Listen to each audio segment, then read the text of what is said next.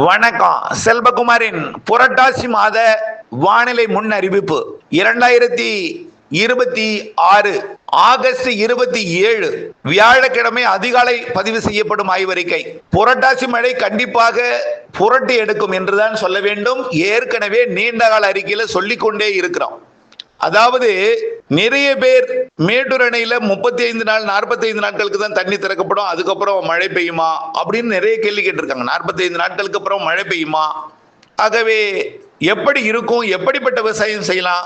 நிறைய விவசாயிகள் பொள்ளாச்சி, உடுமலைப்பேட்டை, அதே போல ஈரோடு, திண்டுக்கல், தென் மாவட்டங்கள் பல பகுதிகள், விருதுநகர், மதுரை, உசிலம்பட்டி இந்த பகுதி எல்லாமே, அதே போல பல்வேறு உள்பகுதிகள். இப்ப அடிக்கடி வட உள் பகுதிகளில் வடகடலோரம் பெய்தாலும் டெல்டாவின் தெற்கு பகுதியில் மழை இல்லை. பல்வேறு மாவட்ட பகுதிகளில் ஒதுக்குதலுடன் இருக்கு. ஒரு மழை பெய்தாலும் அடிக்கிற வெயில 2 நாள்ல காய்ந்து மழை பெய்தாதது போலவே காட்டுகிறது. அப்படிப்பட்ட நிலையில மழை உரமிடுதலுக்கு ஏற்ற கை கொடுக்குமா என்ற கேள்வி நிறைய கேட்டே இருக்கு. நம்ம திரும்ப திரும்ப சொல்றது ஒன்றே ஒன்றுதான். புரட்டாசி என்பது நாம சொன்ன தென்மேற்கு பருவமழையோட இறுதி கட்ட 30 நாள், குறிப்பாக செப்டம்பர் மாத இறுதி, அக்டோபர் மாதம் முன் 17 நாள். அக்டோபர் 17 வரைக்கும் வடகிழக்கு பருவமழை போலவே தென்மேற்கு பருவமழை நிகழ்வுகளால், அதாவது வடகிழக்கு பருவமழை தொடங்கிட்டுன்னு அறிவிக்க மாட்டாங்க, ஆனா வடகிழக்கு பருவமழை போல பொழியும் அப்படின்னு சொல்லிட்டே இருக்கோம். அது நடக்கும் நிகழ்வுகளால் அமையும். காரணம் என்னன்னா, வங்கக்கடல் வெப்பம் உயர்ந்து கொண்டுதான் இருக்கு. சூரியனின் குத்துக்கதிர் இப்பொழுது வந்திருக்கிறது. இப்பொழுது குறைந்த அரபிக்கடல் வெப்பத்தையும் உயர்த்த போகிறது. மன்னார் வளைகுடா, குமரி கடல் பகுதியில் குறைந்திருக்கக்கூடிய வெப்பத்தையும் உயர்த்த போகிறது. நீரோட்டம் வலுப்பெற்று கொண்டிருக்கிறது கண்டிப்பாக. ஆகவே நம்ம திரும்ப திரும்ப சொல்றது என்னன்னா, எல்னினோ அது பசிபிக் பெருங்கடல்ல இருக்குன்னு சொல்லப்படுகிறது. எல்னினோ இருக்குதான், நீரோட்டம் பயணம் அப்படித்தான் இருக்கு, போயிட்டு இருக்கு. ஆனால் பசிபிக் பெருங்கடல்ல நிகழ்வு ஏன் ஆசியா பக்கத்துக்கு வருகிறது? அதாவது பிலிப்பைன்ஸ் பக்கம் அது சீனா பக்கம் போய் நிற்கக்கூடிய வகையில வரக்கூடிய நாட்கள் மாதிரிகள் காட்டுகிறது. ஏன் அது இதுவரைக்கும் சீனா, ஜப்பான் பக்கமும் தைவான் பக்கமும் போனது, இப்பொழுது வரைக்கும் அது சீனா பக்கத்துக்கு, தைவான் பக்கம், அமெரிக்கா பக்கம் ஒரு நிகழ்வு கூட உருவானாலும் அது கலிபோர்னியா பகுதியை நோக்கி பயணிக்கிறது. அப்படியும் அது ஒரு பெரிய அளவிலே எதிர்பார்க்கக்கூடிய பெரிய வெப்பம் இல்ல. ஆனா இப்பவும் நீராவி வருது. அதாவது அரபிக்கடல்ல, கேரள கடலோரத்துல நீராவி ஏறுது. நீராவியை நீராக மாற்ற ஏற்ற குளிர்விக்கும் அமைப்பு இல்லை. அதாவது நீராவி எந்த அளவுக்கு இருக்கோ அந்த அளவுக்கு தான் அதாவது அதிகமான வெப்பம் இருந்தா, அந்த வெப்பமான நீராவி இருந்தா அதற்கு ஏற்ற குளிர்விப்பு இருந்தால்தான் அது நீராக மாறும். இல்லைன்னா வரக்கூடிய குளிர்விக்கும் அமைப்புமே நீராவியா அதுவும் சூடேறி போயிடும். அதாவது மரங்கள் குளிர்விப்பதற்கு அது சாதகமாக இந்த கடல் நீராவி ஏறுவதை குளிர்விப்பதற்கு மரங்கள் குளிர்விப்பது இருந்தாலும் வரக்கூடிய நீராவியோட வெப்பம் அதிகம் என்பதனால மரங்கள் குளிர்வித்து நீராக மாற்றுவதற்கு பதில் மரங்களையே வெப்பமடைய செய்து விடுகிறது, இலைகளையே வெப்பமடைய செய்து விடுகிறது. அந்த அளவிற்கு நீராவி அதிகம். நீராக மாற்றுவதற்கு ஒரு உயரழுத்த காற்றோ அல்லது வளிமண்டல சுழற்சியோ இந்த நீராவியை மேலெழுப்பி மேலெடுக்கல குளிர்வித்து மழைப்பிடிப்பாக மாற்றக்கூடிய அமைப்போ சாதகமா அமையல இதுவரைக்கும். ஆனால் நாம ஏற்கனவே நீண்ட கால அறிக்கையில என்ன சொல்லி இருக்கிறோம்? தென்மேற்கு பருவமழை பின்வாங்கும் பொழுது உயரழுத்த காற்று, வட இந்திய குளிரலை காற்று சுழற்சிகள் இவையெல்லாம் அமையும். அதாவது தென்மேற்கு பருவமழை பின்வாங்கும் பொழுது குளிர்விக்கும் அமைப்பு, உயரழுத்த காற்று கிடைக்கும். வங்கக்கடலிலே காற்று சுழற்சிகள் தென்மேற்கு பருவமழை பின்வாங்கும் பொழுது உருவாகும் என்று சொல்லியிருக்கிறோம். அந்த தென்மேற்கு பருவமழை பின்வாங்கும் பொழுது உருவாகக்கூடிய அந்த காற்று சுழற்சிகள் தான் நீராவியை நீராக மாற்றும். பொறுத்திருந்து பாருங்கள், கண்டிப்பா கிடைக்கும்.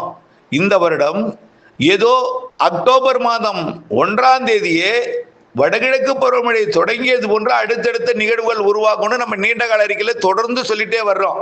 ஆனால் அவர்களுக்கு முழுமையான நம்பிக்கை இல்லாத காரணத்தினாலே ஒரு சந்தேக பார்வையிலுடனும் இன்னும் தொடர்ந்து கொண்டிருக்கிறது.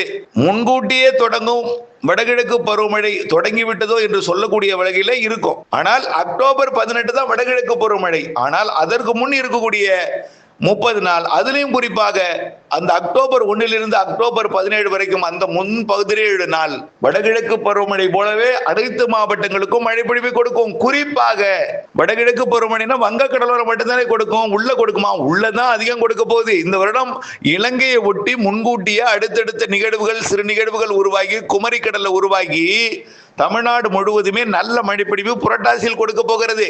குறிப்பாக அதாவது நிறைய வினாக்கள் வந்திருக்கூடிய ஒரு மனவேதனையுடன் கேள்வி கேட்டுக்கொண்டிருக்கக்கூடிய பொள்ளாச்சி, உடுமலைப்பேட்டை பகுதி, காற்று பகுதி, தாராபுரம், எப்போதுமே தாராபுரம் உள்ளிட்ட பகுதிகளுக்கெல்லாம் இந்த தென்மேற்கு பருவமழை பின்வாங்கக்கூடிய நேரத்தில் சூரியனின் குத்துக்கதிர் நிலநடுக்கோட்டுக்கு சென்ற பிறகு புரட்டாசியில தான் நல்ல பெய்யும், செப்டம்பர்ல தான் பெய்யும்.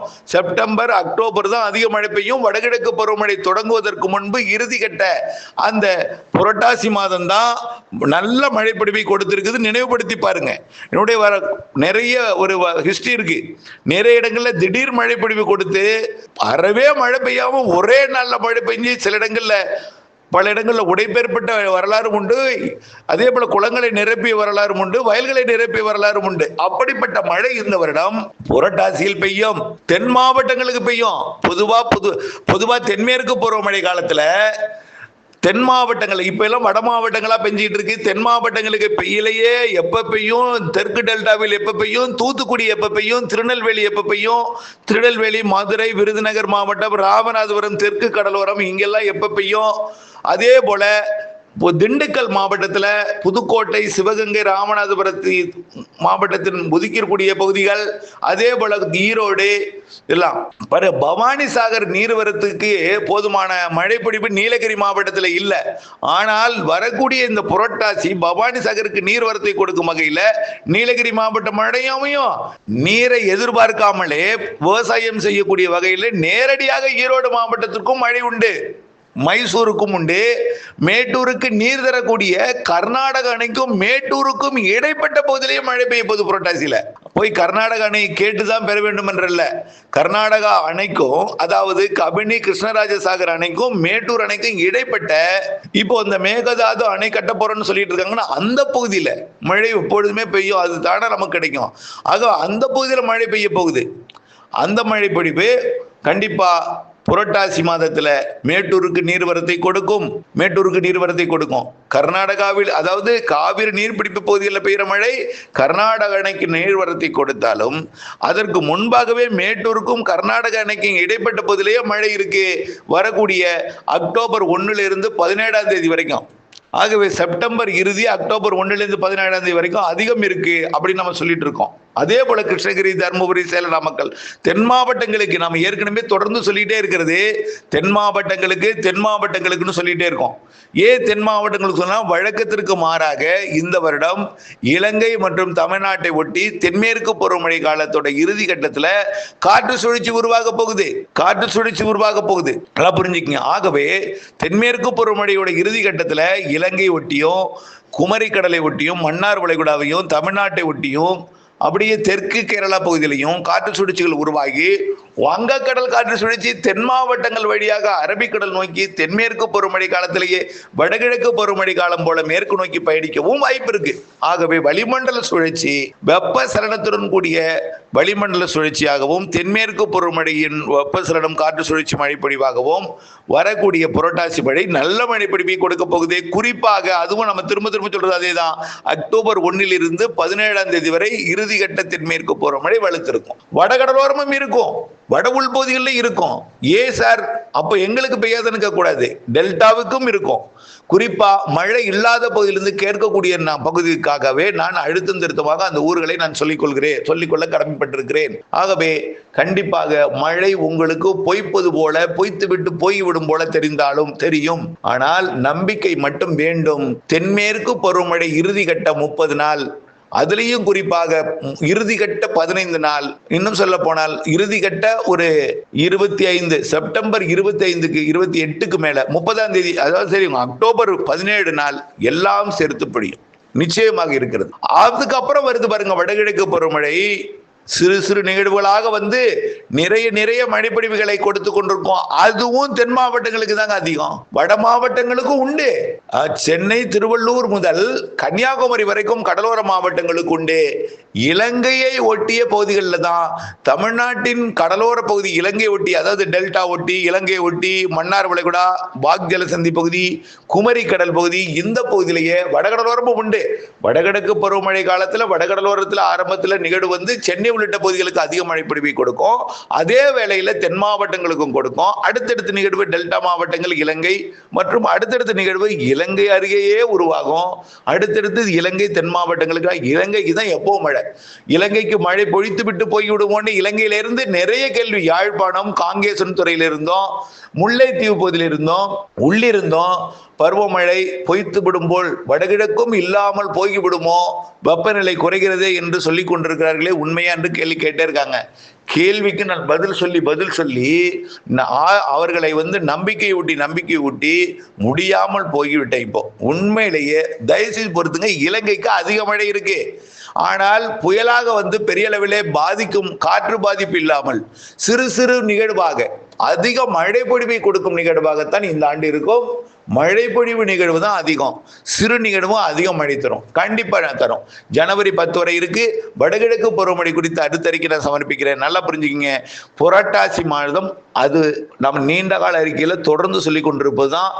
எல்லா தென் மாவட்டங்கள், மேற்கு மாவட்டங்கள், காற்று பகுதி, கணவாய் பகுதிகளுக்கெல்லாம் புரட்டாசி தான் அதிக மழை. கிருஷ்ணகிரி, தருமபுரி உள்ளிட்ட அனைத்து மாவட்டங்களுக்கும், குறிப்பா உள் மாவட்டங்க, உள்னா எது? கிருஷ்ணகிரி, தருமபுரி, சேலம், நாமக்கல், ஈரோடு, கரூர், அப்படியே பார்த்தீங்கன்னா கரூர், சேலம், அதே போல பெரம்பலூர், அரியலூர், திருச்சி, திண்டுக்கல், அப்படியே மதுரை, விருதுநகர், இந்த உள் சிவகங்கை உள்ள எல்லாமே நல்ல மழைப்பொழிவை கண்டிப்பாக கொடுக்கும். நான் தான் சொல்றேன், தயவுசெய்து நம்பிக்கையோடு இருங்க.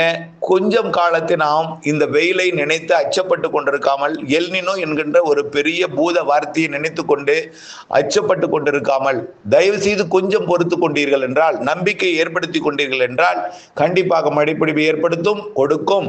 ஆகவே நாம் இந்த வடகடலோர மாவட்டங்கள்ல தொடர்ச்சியாக வரக்கூடிய செப்டம்பர் முதல் வாரத்திலையும் மழை இருக்கிறது.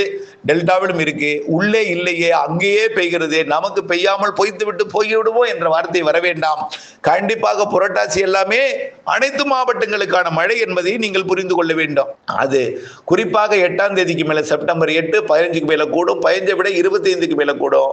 குறிப்பாக அந்த இறுதி கட்ட ஒரு 15, 25, 20 நாள் அதிக மழை இருக்கிறது என்பதையும் தெரியப்படுத்த விரும்புகிறது. அது அனைத்து மாவட்டங்களுக்கும் ஏற்படுத்தும். கர்நாடகாவிலிருந்து தண்ணீரை கொடுக்காமலே காவிரி நீர்பிடிப்பு பகுதிகள், கர்நாடக அணைக்கும் தமிழ்நாடு மேட்டூர் அணைக்கும் இடைப்பட்ட பகுதியிலேயே நிறைய மழை இருக்கு வரக்கூடிய புரட்டாசியில் என்பதை தெரியப்படுத்த விரும்புகிறேன். தமிழ்நாட்டில் டெல்டா மாவட்டங்களுக்கும் நிறைய மழை இருக்கு.